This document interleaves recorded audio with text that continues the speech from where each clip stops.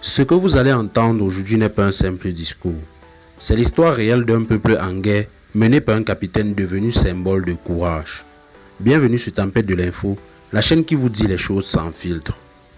Abonnez-vous maintenant, activez la cloche, car ici, l'Afrique reprend la parole et aujourd'hui c'est le Burkina Faso qui parle fort.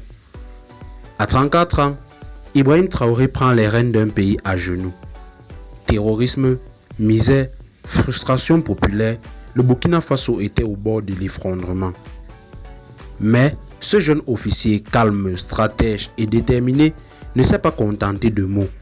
Il a agi, il a osé ce que peu de dirigeants africains osent, se dresser contre l'ordre établi.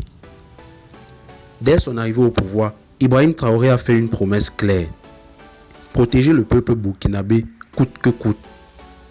Il a lancé l'une des plus vastes campagnes de sécurisation du territoire jamais vues. Des bases terroristes détruites, des routes sécurisées, des milliers de jeunes formés en tant que volontaires pour la défense de la patrie.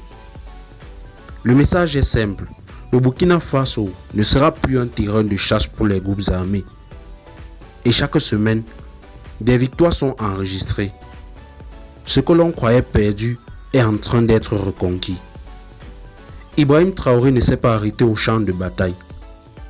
Il a dénoncé les accords militaires déséquilibrés, exigé le départ des forces étrangères jugées inefficaces et affirmé un nouveau cap géopolitique. Le Burkina Faso sort de la tutelle occidentale pour se rapprocher d'alliés africains et de souverainistes. Ce n'est pas un isolement, c'est une libération diplomatique, une déclaration claire. Nous voulons décider pour nous-mêmes. Et pendant que les armes grondent, Ibrahim Traoré construit. Des infrastructures sont relancées, des écoles réouvertes, des campagnes agricoles relancées. Il mobilise les ressources locales mises sur l'or et le coton, tout en luttant contre la corruption interne. Il veut un État fort, pas un État dépendant. Le peuple le ressent. Pour la première fois depuis longtemps, un dirigeant parle et agit en leur nom. Aujourd'hui, bien au-delà des frontières du Burkina, le nom d'Ibrahim Traoré fait trembler et inspire. Il est vu comme un pionnier d'une Afrique nouvelle, debout, digne, prête à affronter l'adversité sans se soumettre.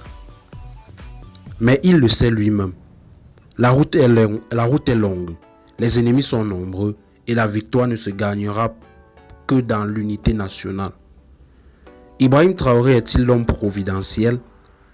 Seul l'avenir le dira. Mais aujourd'hui, il incarne un espoir rare dans une Afrique trop souvent trahie par ses propres élites. Le Burkina Faso se bat et il se bat debout.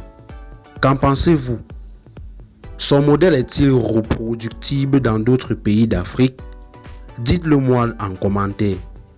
Likez la vidéo, partagez-la pour que le monde sache ce qui se passe réellement et abonnez-vous à Tempête de l'info, car ici, la vérité ne tremble pas.